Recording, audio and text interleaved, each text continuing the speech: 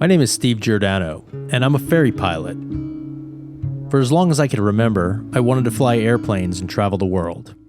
Like so many others that chose this path, it started as a childhood obsession and never really relented.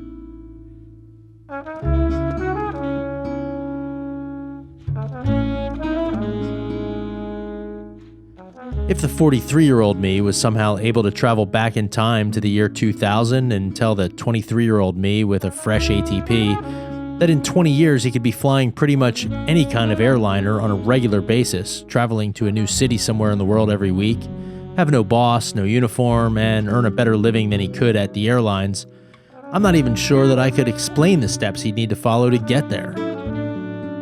My journey thus far certainly wasn't planned. I'm not sure it even could have been. Getting to this point was more a result of chance, both good and bad fortune, and a willingness to go with the flow no matter how off the beaten path it took me.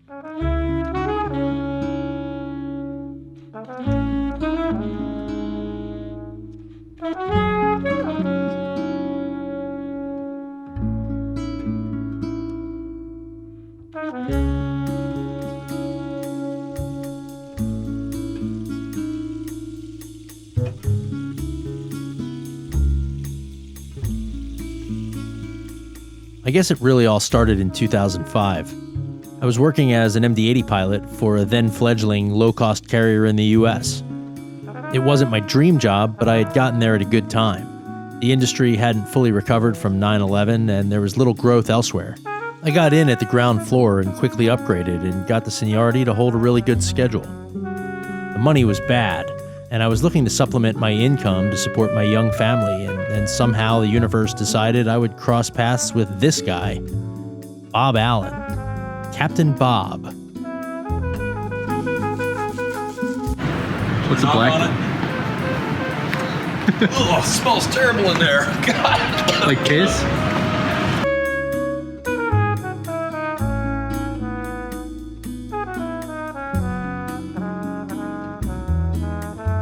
Bob had been running a one-man show called Avia Crew Leasing since the 1990s.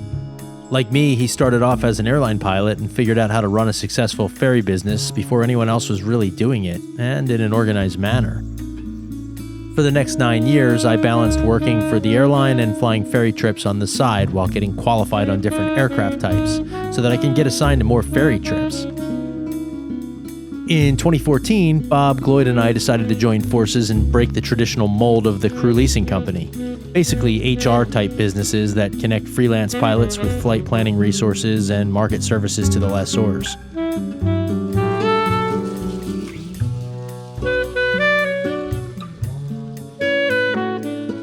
We thought there was a better way.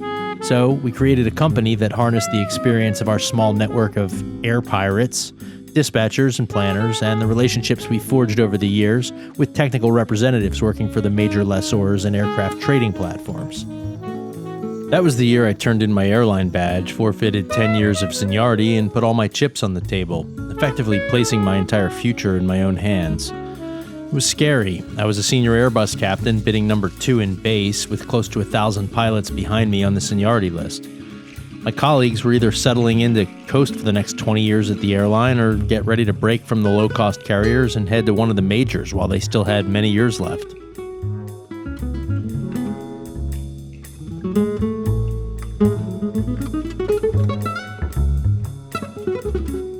I knew it was going to be sink or swim, but I was ready to swim, and the gamble paid off. I was already pretty well known among the technical reps working for the major lessors, and Bob was pretty much the OG in the ferry business, so word spread fast when he joined forces with Gloyd and I.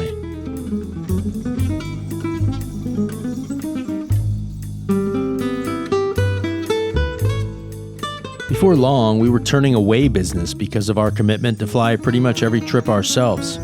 It took us about a year to scale the dispatch, planning, and flight support side in-house, and soon we started establishing company standards and processes more aligned with an air carrier than a band of cowboys and misfits.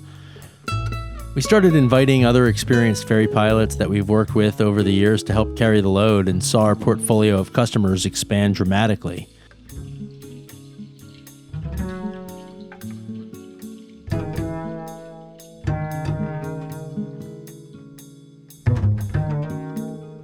So why do I think this is the greatest job in the world? Simple. Adventure. Ferry flying is always, and I mean always, an adventure. Every trip starts the same way. A mad rush to pack for a week on the road, usually in multiple seasons and climates on the same trip, a hug and a kiss from my family as I run out the door late for my flight, and a photo session in the parking garage so I remember where I parked when I inevitably return some days later with no memory of the day I left. It's not that I'm forgetful, it's that so much happens on a typical trip. It normally feels like months have passed by the time I'm searching for my car a week later.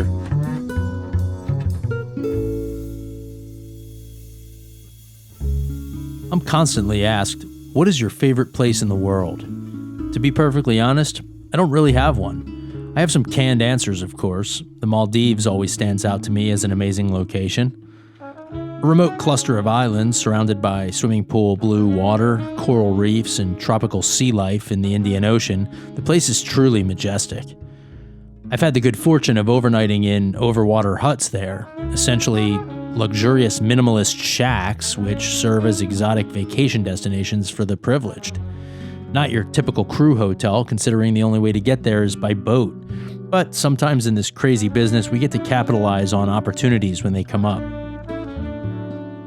The last time we overnighted in Male, back in 2016, we were heading to Kinshasa with an old 737-300 freighter out of Shanghai.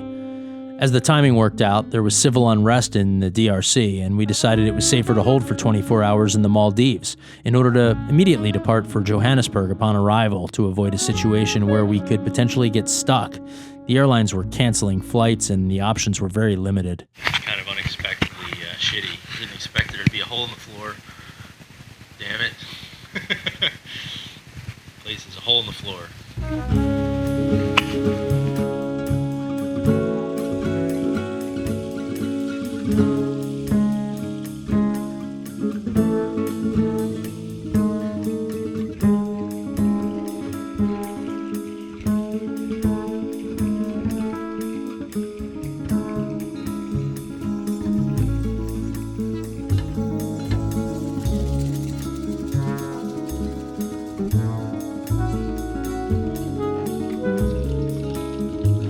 Well, it was a nice break here in the Maldives. We were here for a good solid 12 hours, and then packing up today. We've determined it's safe and good to get in and out of Kinshasa today, so we're going to proceed over to Mombasa. The last 15 years or so has been a long, strange journey, made up of hundreds of shorter journeys stitched together to form something so unique, I felt it should be shared with the world. The trips we run every week are planned around a basic framework to accomplish the mission at hand, each unique with different goals and challenges. But like jazz, every journey requires improvisation. Even when flying the same kind of airplane between the same cities, the dynamic nature of this business means that no two adventures are exactly the same. I hope you enjoy watching Cockpit Casual as much as I enjoy making it. While I can't commit to a set schedule of releases, I can pledge to create as much original content as possible, so subscribe. It's the closest thing to being in my jump seat. See you on Sunday.